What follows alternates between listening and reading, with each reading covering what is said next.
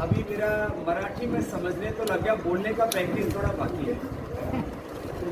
रत्नागिरी में 11 साल के बाद आए और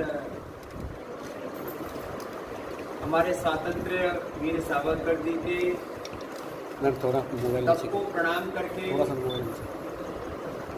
और उन्होंने जो एक सपना देखा था अखंड भारत का, स्वाभिमानी भारत का, तेजस्वी वीर भारत का, और स्वतंत्रता हमारा जन्मसिद्ध अधिकार है, इसके उद्घोषक और राष्ट्रीय स्वाभिमान के गुरु था। और स्वाधीनता की उस क्रांति के प्रवाह को जिन्होंने मुखर स्वर दिए, ऐसे लोकमान्य गंगाधर तिलक जी की पावनी भूमि को प्रणाम करके, उस मिट्टी का तिलक करके आज आपके बीच में उपस्थित हैं। कोरोना के इन 2 सालों में किसी पहले सार्वजनिक कार्यक्रम में सम्मिलित होने के लिए 2 साल में पहली बार रत्नागिरी में पहला कार्यक्रम हुआ।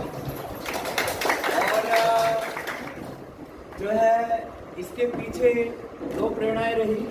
एक तो भाई उदय सावंत जी, उनकी एक तरफ जहाँ राष्ट्र निष्ठा प्रखर है, वहीं उनकी योग निष्ठा भी, और मुझ में भी उनकी अत्यंत प्रीति है। और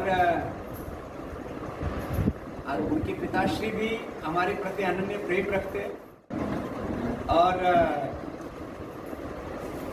हमारे महिला पतंजलि योग समिति का मन था कि अंतर्राष्ट्रीय महिला दिवस पर महाराष्ट्र में कार्य किए जाएं। जो तो हमारे पूरे देश में लगभग 10 लाख कार्यकर्ता बहनें हैं और 50 लाख हमारी योग साधिकाएं हैं, जो एक बड़ी संख्या है। और उसमें सारे देश में सबसे बड़ा कार्य महिलाओं का, क्योंकि प्रांत भी बड़ा है महाराष्ट्र में। और बहन सुधाताई जी, शोभा जी, संजीवनी जी, और हमारे पूज्य स्वामी आनंद देव जी, पूज्य स्वामी परमार्थ देव जी, और पूरे देश में महिला पतंजलि योग समिति का नेतृत्व करने वाली श्रद्धामयी पूज्य साध्वी देवप्रिया जी मेरे साथ। मैं आपको 2 संदर्भ बस कह करके फिर आपके प्रश्नों को लूँगा, क्योंकि बहुत दिन हो गए मीडिया से इंटरेक्शन थोड़ा हमने कम कर रखा था क्योंकि हमने योग धर्म को और योग आयुर्वेद स्वदेशी के साथ भारतीय शिक्षा और भारतीय चिकित्सा व्यवस्था की पुनः प्रतिष्ठा को ही अपना 99% समय दिया हुआ है। आज के संदर्भ में कहूँगा, आज अंतर्राष्ट्रीय महिला दिवस है। सुबह आज चंद्रपुर के अंदर कार्यक्रम था, उसको मुझे वर्चुअली संबोधित करना पड़ा क्योंकि फिर यहाँ आना मुश्किल होता। स्पेशल फ्लाइट से इसीलिए आना पड़ा क्योंकि कनेक्टिविटी थोड़ी पुअर है। लेकिन आसमान से देखो या जमीन से, रत्नागिरी अपने आप में धरती का स्वर्ग जैसा है। हमें सैन्य दृष्टि से भी शक्तिशाली बनना है। माने हमारे पास परमाणु शक्ति, हम एक परमाणु शक्ति संपन्न राष्ट्र है। हमें कोई यूक्रेन की तरह तहस नहस नहीं कर सकता। यूक्रेन की तरह हमें कोई दबा नहीं सकता, कोई सता नहीं सकता, हम पर कोई आक्रमण नहीं कर सकता। लेकिन मात्र परमाणु शक्ति संपन्न होने से कोई राष्ट्र विश्व की महाशक्ति नहीं बन जाता। उसके लिए उस देश में एजुकेशन सिस्टम, हेल्थ सिस्टम, उस देश में इकोनॉमिक पावर, जब आपकी इकोनॉमिक पावर स्ट्रांग होती है तब आप बार्गेनिंग के लेवल पर आते हैं पूरी दुनिया में। तब हम वर्ल्ड को डायरेक्शन दे सकते, डोमिनेट कर सकते। डोमिनेट इस अर्थ में कि गलत लोगों के हाथों में सत्ता और संपत्ति नहीं होनी चाहिए। तो भारत आने वाले 2045 तक विश्व की सबसे बड़ी आर्थिक, राजनीतिक, सामरिक, सामाजिक, आध्यात्मिक महाशक्ति होगा।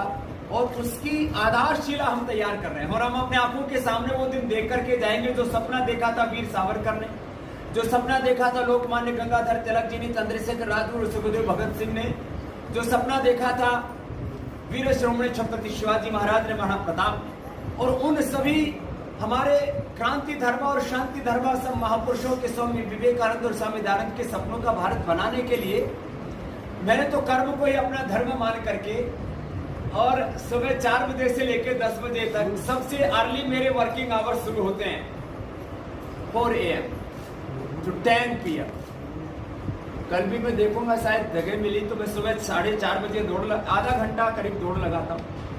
आप लोगों की भी इच्छा हो तो सुबह दौड़ने के लिए आना, आपका स्वागत है, आपको तो जरूर आना। बात करें प्राकृतिक चिकित्सा की, निसर्ग की, तो यहाँ तो कोई सलीके से जिए तो बीमार हो ही नहीं सकता। इतना पॉल्यूशन फ्री एनवायरनमेंट है, इंडस्ट्रियां हैं तो छोटी मोटी हैं, लेकिन निसर्ग इतना जबरदस्त है। और इस नैसर्गिक सौंदर्य के बीच में सब लोग बड़े संतोषी स्वभाव के हैं, बड़ी सकारात्मक सोच के हैं, सबके भीतर सात्विकता है। और ऐसे में कल भोर में 5 बजे से 7:30 बजे योग का सत्र हमने रखा है, जो मेरा डेली का रूटीन है। मैं पिछले 45 सालों से योग कर रहा हूँ और 30 साल से करवा रहा हूँ, और 30 साल में लगभग 20 लाख किलोमीटर से ज्यादा की यात्रा की है मैंने, तभी इसी दरमियान में यहाँ पर भी आया, और 10 करोड़ से ज्यादा लोगों को प्रत्यक्ष रूप से, और हमारे संगठन के भाई बहनों ने मिलकर के, पतंजलि योग समिति, महिला पतंजलि योग समिति, भारत स्वाभिमान युवा भारत आदि ने मिलकर के करीब 10 करोड़ लोगों को और जोड़ा। योग पूरी दुनिया के करीब 200 देशों के करीब 200 करोड़ लोग अब योग को मानने लगे हैं, और ये इतनी बड़ी रीच है योग, और ये भारत की सॉफ्ट पावर है, और यही भारत को आने वाले समय में विश्व का अग्रगण्य राष्ट्र बनाए। मन की कुछ नहीं होने वाली, वोटर्स के मन की होने वाली। आप वोटर है और मैंने वोट दिया है, ये पक्की बात अभी तक भी निशान है। और मैं वोट देना अपना लोकतांत्रिक अधिकार और कर्तव्य समझता हूँ, अधिकार और कर्तव्य। और इसमें ऐसा लगता है इन 5 राज्यों में, जैसा कुछ लोगों की सोच थी कि बीजेपी एकदम रसातल में चली जाएगी, ऐसा कुछ लोग सोशल मीडिया में शोशेबाजी कर रहे थे, वैसा होने वाला नहीं है।